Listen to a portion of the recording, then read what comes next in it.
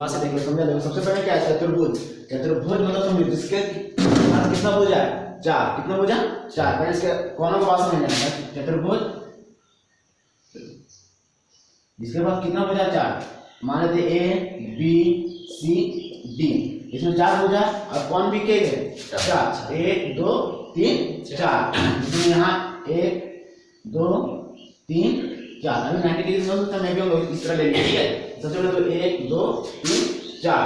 चतुर्भुज में कितना भुजा चार और कौन भी कितना है चार। तो देखो भुजा कौन कौन है चतुर्भुज ए बी सी डी का भुजा। सबसे पहले देखो भुजा कौन कौन है। पहले बता, एक भुजा नाम है ए बी एक भुजा हो गया। और यहाँ से क्या हो जाएगा बी सी, और यहाँ से यहाँ क्या हो जाएगा देखो यहाँ पर बी सी का कर सकता है ना, तो सी डी भी कर सकता है, समझा नहीं। तो मान लो कम बढ़, ठीक है। यहाँ से क्या हो जाएगा, यहाँ से डी एच ए डी, ठीक है बात समझे कि नहीं। डी एच ए डी दोनों जो भी कर सकते हैं। तो हम लिख देते हैं एडी, कितने हम ठीक है कर समझे कि नहीं। फिर देखो चतुर्भुज ए बी सी डी का कौन, तो कौन दर्शाने से पहले समझा ना कौन तीन तरह दर्शा, लेकिन पहले एक तरह समझ लो, इसको तीनों तरह समझ लिया, समझा दे। तो ध्यान से देखो एंगल ए को दर्शाना है।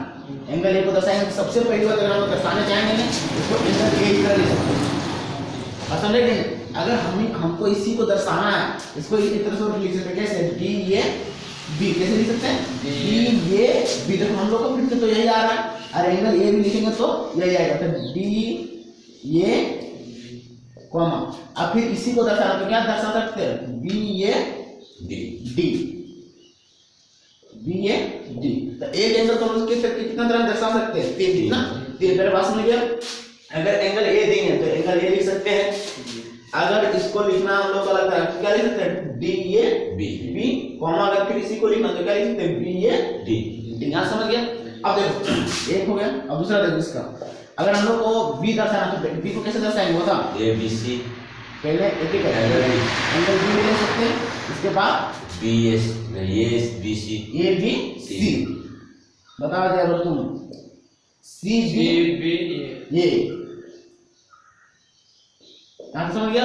अब दूसरा देखो, दूसरा अब तीसरा देखो, एक दो मिला तीसरा, तीसरा में क्या हो सकता है एंगल सी, और फिर इसको दर्शाना चाहेंगे B C D, B C D D D C B, D C B. यहाँ समझा रहे। अब इसके बाद देखो, इसके बाद कौन बचा है हम लोग का डी डी। तो डी के नॉर्मली तुम दर्शा सकते हैं कैसे एंगल डी। अब इसी को फिर से कैसे लिख सकते हैं हम लोग सी डी ए लिखेंगे तो सी डी ए लिख सकता है ए डी सी। तो समझ गया होगा। जो एंगल है दर्शाना है, लेकिन अभी चतुर्भुज का क्या बहुत काम बाकी है। चतुर्भुज का भी ये दर्शाने का तरीका है। अगर भुजा है तो ए बी भुजा, बी सी सी डी और ए डी।